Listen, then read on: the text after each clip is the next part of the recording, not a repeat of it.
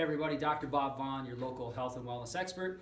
Today is Mobility Monday and we're going to be focusing on squat faults. So there's what they are and how to fix them. So we're going to run through what they are first.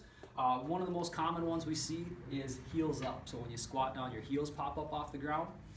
Next one we see is the big forward lean. So when you go to squat down, instead of bending at your knees, you bend at the waist, which is not how you're supposed to squat. We see knock knees. So when you come down, your knees knock in together.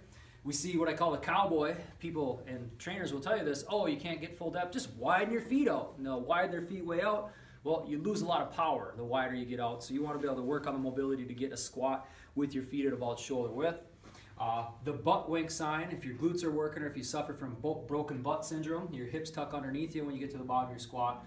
And then falling backwards. So a lot of people are told to squat off your heels and they think that means you should be able to lift your whole foot up off the ground, and that's not actually accurate as well. So what we should be doing when we're looking at a squat, if we look at my excellent stick figure, again, I'm a much better chiropractor than I am an artist. We can see that we're keeping a neutral spine, keeping that lumbar curve.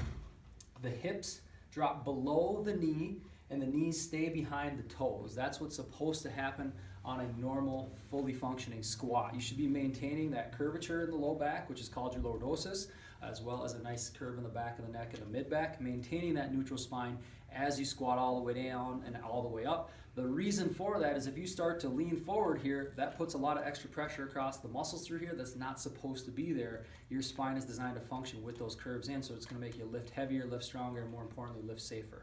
So for some simple fixes for these, if you're a heels up kind of person, it means you got tight calves and some ankle mobility issues. So you need to be checking out some of our videos on how to mobilize your calf. You can use a lacrosse ball, you can use some of the parallel bars to do some shearing work, also doing some shearing band work around the ankles. You wrap a tight band around the ankles and pump the ankles back and forth to help break up some of the scar tissue through those areas.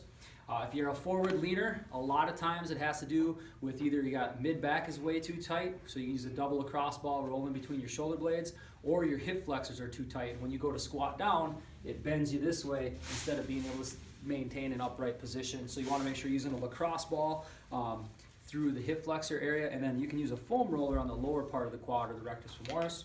If you're a knock-kneed person, you got to really think about activating the adductor muscles, because when you squat down, your knees, really think about pushing out with your knees as opposed to letting them knock in. That's going to affect your power, but more importantly, it's going to affect a lot of injury. You're going to put a lot of extra strain on your MCL and the medial meniscus and the lateral meniscus if you're pushing in too far with that. The cowboy stance, if you can't get full depth from here, that's okay to start off a little bit wider, but your goal needs to be, as you learn how to squat better and work on your mobility, is to get your feet in wider. If you're trying to do squats like this, unless you're doing some sort of specific sumo squat, you're wrong. You want to bring your feet in. It's important to work on that, so looking at the glute, hip flexor, and hamstring mobility on that.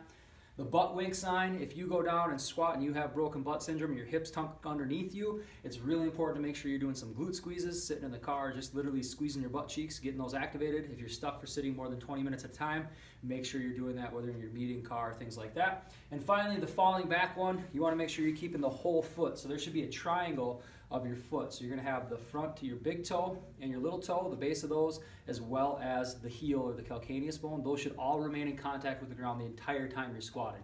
The whole toes up theory on that is just the actual big tip of the big toe, not the entire part of the foot. So a lot of people will be either on the outside of their feet or they'll cave way on the inside of the feet, and that can lead to a lot of hip and knee pain as well as ankle pain with that.